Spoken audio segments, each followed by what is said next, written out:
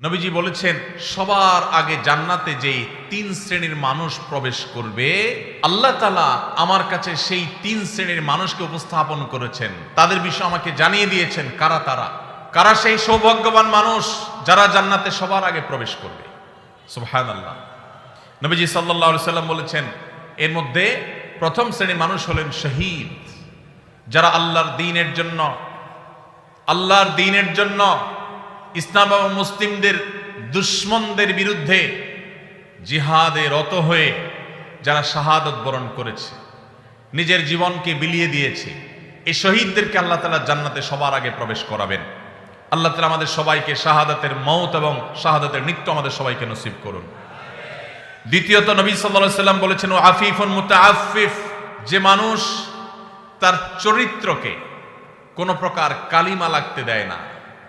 ময়লা থেকে যেরকম আমরা আমাদের কাপড় চোপড় আমাদের আঁচলকে তুলে ধরে বাঁচাবার জন্য আমরা সংগ্রাম করি, সমাজের চতুর্পাশে হারামের হাতছানি অবৈধ সম্পর্কের জোয়ার চলছে, এইরকম পরিস্থিতিতেও যে মানুষ তার চরিত্রকে বাঁচাবার জন্য সংগ্রাম করে, চেষ্টা করে, পরিশ্রম করে, সাধনা করে, জয়ী হয়, নবীজি সাল্লাল্লাহু আলাইহি সাল্লাম বলেছেন এই চরিত্র সংরক্ষণকারী মানুষটা যে হারাম রিলেশনে জড়ায় নাই, আল্লাহ তাআলা জান্নাতে এই লোককে প্রথম প্রবেশ করাবেন।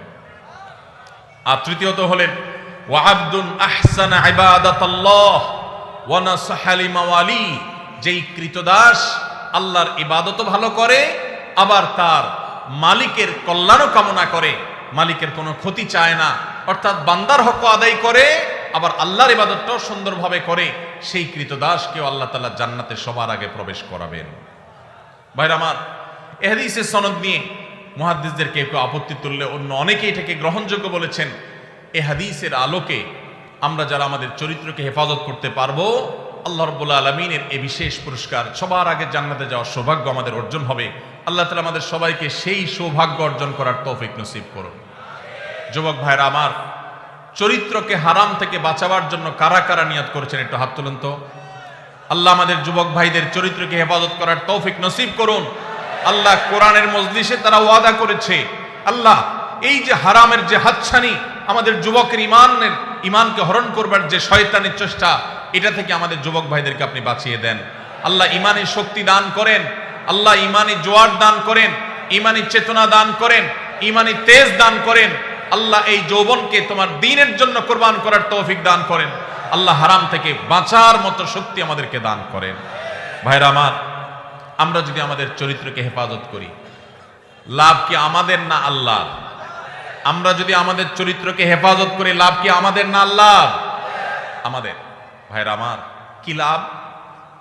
লাভ হলো আল্লাহ সুবহানাহু ওয়া তাআলা যারা নিজেদেরকে হারামের পথ থেকে বাঁচিয়ে রাখে, তাদের জীবনে যখন বৈবাহিক সম্পর্কের মধ্য দিয়ে একজন বৈধ হালাল সঙ্গী জীবনে আসে, সে যুবক সে যুবতীদেরকে আল্লাহ রাব্বুল আলামিন সচরাচর দাম্পত্য জীবনে সুখ, প্রকৃত অর্থে তৃপ্তি, সত্যিকারের যে ভালোবাসা, সেই ভালোবাসা আল্লাহ তাআলা নসিব করেন তাদের জন্য যারা তাদের যৌবনকে হারামের কালিমায় জড়াতে দেয় না। আর যারা হারামের কালিমা দিয়ে নিজের যৌবনকে কালিমা যুক্ত করে ফেলেন, মনে রাখেন এই যুবকদের বেশিরভাগ দেখবেন, এক্সেপশন প্রথমটাতেও আছে, বেশিরভাগ দেখবেন যে তাদের বৈবাহিক জীবন আসলে তাদের সেই জীবনে আর দাম্পত্য সম্পর্কের ভিতরে যেরকম একটা গভীরতা থাকার কথা, ভালোবাসা থাকার কথা, সম্প্রীতি থাকার কথা, তাদের সেই সম্পর্কটা আর থাকে না। কারণ হারাম যদি কেউ একবার বেছে নেয়, আল্লাহ তাআলা বৈবাহিক সম্পর্কের মধ্য দিয়ে হালাল সম্পর্কের প্রকৃত স্বাদ, প্রকৃত তৃপ্তি, প্রকৃত যে অনুভব, এটা থেকে আল্লাহ তাআলা ওই হারাম সম্পর্ককারীদেরকে মাহরুম রাখেন, বঞ্চিত রাখেন। এই জন্য ভাইরা, দুইটা অপশনই আপনার সামনে আছে। মনে রাখবেন, শয়তান খুব ভালো করে জানে, আল্লাহ কোরআনে বারবার বলেছে শয়তান আমাদের প্রকাশ্য শত্রু। শয়তানকে আমরা দেখি না, অথচ আল্লাহ প্রকাশ্য শত্রু বলেছেন। কারণ শয়তানকে না দেখলে কি হবে? তার সব ক্রিয়াকর্ম প্রকাশিত। শয়তানের কাজগুলো দেখা যায় কি যায় না? এই শয়তান আমাদের যুবকদেরকে তাদের ঈমানের তেজ নষ্ট করে দিতে চায়, তাদের ঈমানি তেজকে ভোঁতা করে দিতে চায়, এই জন্য তাদেরকে হারাম সম্পর্কে আনতে চায়। এই জন্য ভাইরা, আমাদের চরিত্রগুলোকে আমরা হেফাজত করার সংগ্রামে জয়ী হওয়ার চেষ্টা করবো তো ইনশাআল্লাহ।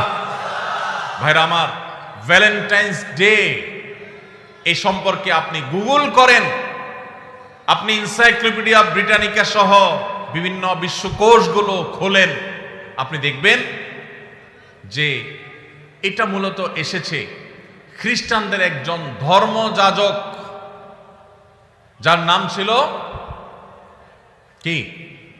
ভ্যালেন্টাইন। এই ভ্যালেন্টাইন, যে সেন্ট ভ্যালেন্টাইন, সাধু ভ্যালেন্টাইন, খ্রিস্টানদের ধর্মযাজক, তাকে ঘিরে এই দিবসটা গড়ে উঠেছে। এটা একটা সময় খ্রিস্টানদের কাছে তাদের একটা পূজনীয় দিবস ছিল। বহুকাল পর পৃথিবীর বহু দেশে এই দিবস উদযাপন নিষিদ্ধ হয়েছে। অনেক কাল পর ইংল্যান্ডের গিফট আইটেম ব্যবসায়ীরা তাদের ফেব্রুয়ারি মাসে বরফে ঢাকা পরিবেশে গিফট আইটেমের ব্যবসাকে চাঙ্গা করবার জন্য, বেচা কিনা হয় না এটা বাড়াবার জন্য, এই ভ্যালেন্টাইন্স ডে কে তথাকথিত ভালোবাসা দিবসের মনোকে এটাকে বাজারজাত করেছে তাদের ব্যবসায়িক ধান্দায়। আর আমাদের যুবকেরা সেটাকে তাদের ডিজাইন করা তথাকথিত ভালোবাসা, এটার জন্য আমাদের যুবকরা আত্মাহুতি দিচ্ছে, তাদের জীবনকে, তাদের যৌবনকে শেষ করছে। ভাইরা আমার, এই যে টেলিভিশন চ্যানেলগুলোর, এক শ্রেণীর টেলিভিশন চ্যানেল দেখবেন, এক শ্রেণীর মিডিয়া দেখবেন, যারা আপনাদেরকে হারাম সম্পর্ক করার জন্য নানাভাবে উদ্বুদ্ধ করে, প্রেরণা দেয়, উৎসাহ দেয়, এরা সব আমাদের এই দেশের তরুণদের সবচেয়ে বড় শত্রু। এই ভ্যালেন্টাইন্স ডে, এটা কি এই দেশের, এই মাটির কোন সংস্কৃতি? এই মাটির সংস্কৃতি না।